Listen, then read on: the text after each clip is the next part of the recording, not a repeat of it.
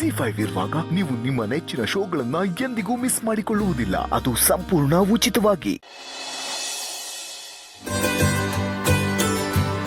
Husband ನಿಮ್ಗೆ ತಿನ್ನಕ್ ಆಗಲ್ಲ ಅನ್ಸುತ್ತೆ, ನಾನೇ ತಿನ್ಸ್ಲಾ? ಬೇಡ ಬೇಡ, ನಾನೇ ಅಂದ್ರೆ ನಾವೆಲ್ಲ ಇದೀವಿ ಅಂತ ನಾಚ್ಕೊಳ್ತಿದ್ದೀರಾ? ಪರವಾಗಿಲ್ಲ ಬಿಡಿ, ದೀಪು ತಿನ್ನಿಸ್ತಾಳೆ.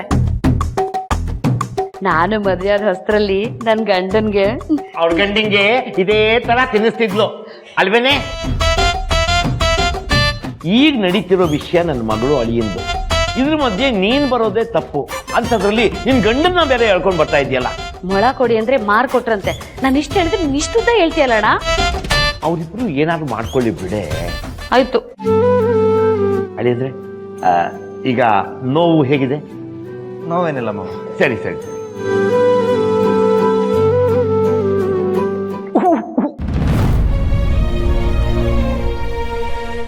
ನಾನು ಹೇಳ್ದೆ ತಾನೇ ತಿನ್ಸ್ತೀನಿ ಅಂತ, ನನ್ ಮಾತೆ ಕೇಳಲ್ಲ. ಸುಮ್ನಿರಿ ಇವಾಗ.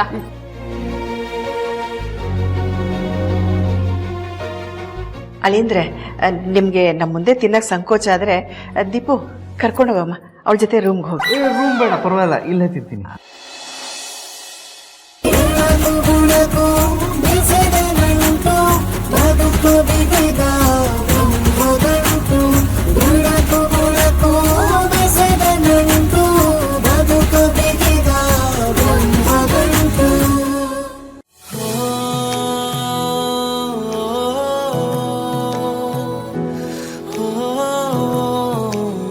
ಲೇ ದೀಪು, ಗುಬ್ಬಜ್ಜಿ ಗುಡಲಿ ಮರಿ ಹಾಕೋತರ ನಿನ್ ಗಂಡನ್ ಮೀಸೆ ಮೇಲೆ ಅನ್ನದಗಳಿದೆ ವರ್ಷೆ.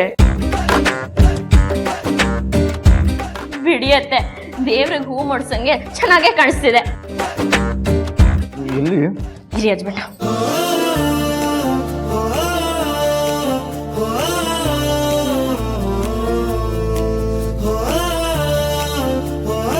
ನೀವು ಅಂದ್ರೆ ನನ್ನ ಮಗಳಿಗೆ ಎಷ್ಟೊಂದು ಪ್ರೀತಿ ಕಾಳಜಿ ಎಲ್ಲ ಇದೆ ಅಲ್ವಾ ಅಂದ್ರೆ? ಮದ್ವೆಗ್ ಮುಂಚೆ ದೀಪು ನಮ್ಮ ಅಣ್ಣನ್ಗೂ ಬಲವಂತದಿಂದ ಹೀಗೆ ತುರ್ಕಿ ತುರ್ಕಿ ತಿನ್ಸೋಳು. ಲೇ ಮುಜ, ಅದು ಬಲವಂತದಿಂದ ಅಲ್ಲ ಕಣೆ, ಪ್ರೀತಿಯಿಂದ ತಿನ್ನಿಸ್ತಾ ಇದ್ಲು.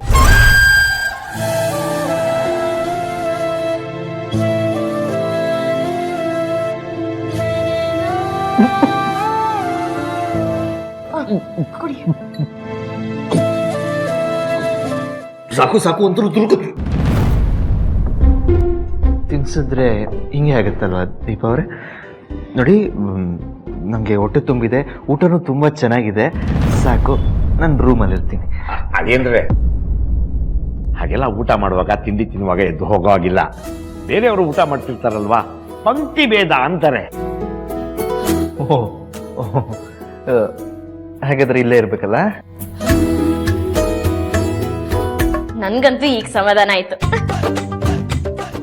ZEE5 ಆಪ್ ಡೌನ್ಲೋಡ್ ಮಾಡಿ ಎಲ್ಲಾ ಸಂಚಿಕೆಗಳನ್ನು ಸಂಪೂರ್ಣ ಉಚಿತವಾಗಿ ನೋಡಿ.